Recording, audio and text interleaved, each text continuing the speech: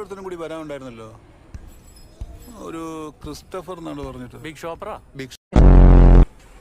നീയാണോ ക്രിസ്റ്റോഫർ? ആ ഞാനാണ്. എന്നിട്ടെന്താ ഉണ്ടായിരുന്നത്?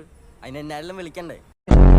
ഞാൻ വന്ന് വിളിക്കണോ നിന്നെ? വേണ്ട, ഞാൻ എന്നെ തന്നെ അവിടുന്ന് വന്ന് വിളിക്കാം. മോണോ ആക്ട് ആണല്ലോ ഇവിടെ നടക്കുന്നത്. എന്തിരിക്കണ്, നമ്മളൊക്കെ മത്സരിക്കണ ഒരു കാലഘട്ടം എന്ന് പറഞ്ഞ ഇല്ല. ഒന്നും സംഭവിച്ചിട്ടില്ല.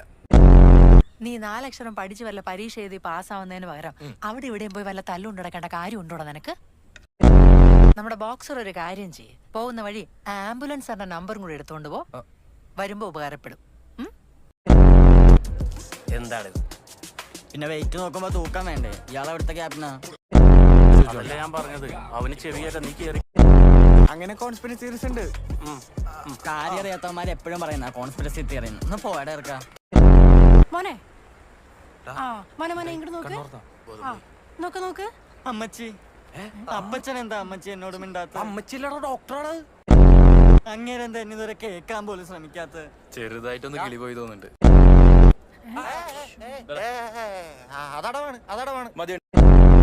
അപ്പച്ചൻ, നിങ്ങൾക്ക് എന്താ എന്നോട് ഇത്ര വിരോധം? എന്നെ നിങ്ങൾ ഉപ്പ് കൊടുത്ത് വാങ്ങിച്ചാണെങ്കിൽ അത് പറ. കുഞ്ഞല്ലേ, നിങ്ങൾക്ക് എന്നോ സ്നേഹിച്ചു.